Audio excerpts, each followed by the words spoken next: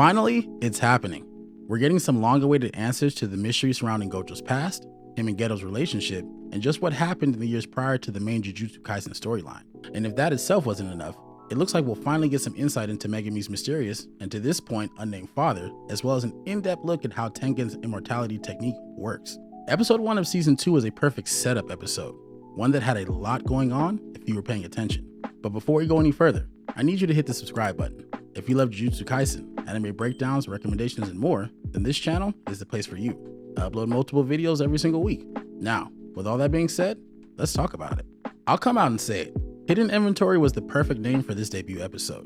We as fans of the series have definitely built up quite the inventory of plot points that have, up until this point, been hidden by the mangaka. You see what I did there?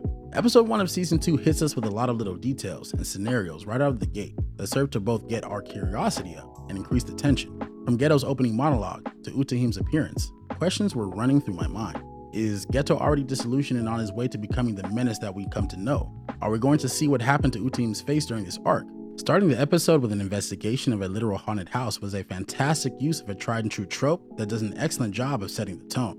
Not only does it up the tension that we're feeling, it does a great job of showcasing the skills of both Mei and Utahim. Personally, I love the contrast between Mei's cool and calm self-assuredness and Utahim's jumpy competence.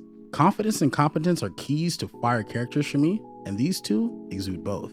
There's never a moment where you feel like Mei doesn't have the situation completely under control, and her quick deduction of the situation that the cursed spirit has put them in is proof of that. And Utahim is right there with her, quickly coming up with an effective solution to escape. She has a good head on her shoulders, and it's clear that once it's go time, that jumpiness fades away. Fire.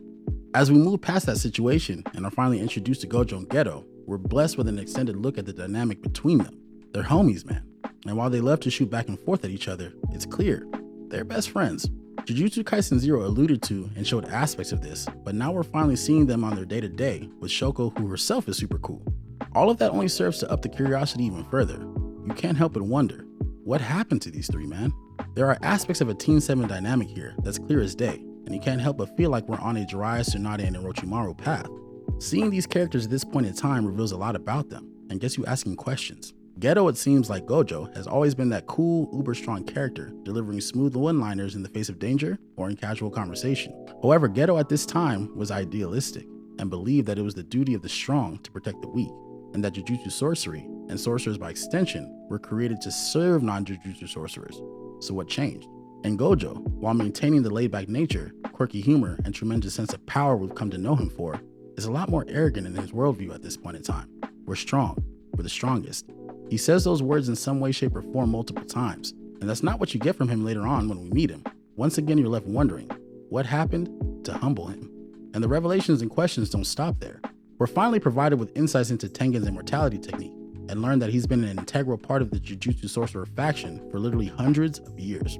Learning that Tengen must reset his technique every 500 years by assimilating the individual identified as the Star Plasma Vessel was a bit of a bombshell in some ways for me.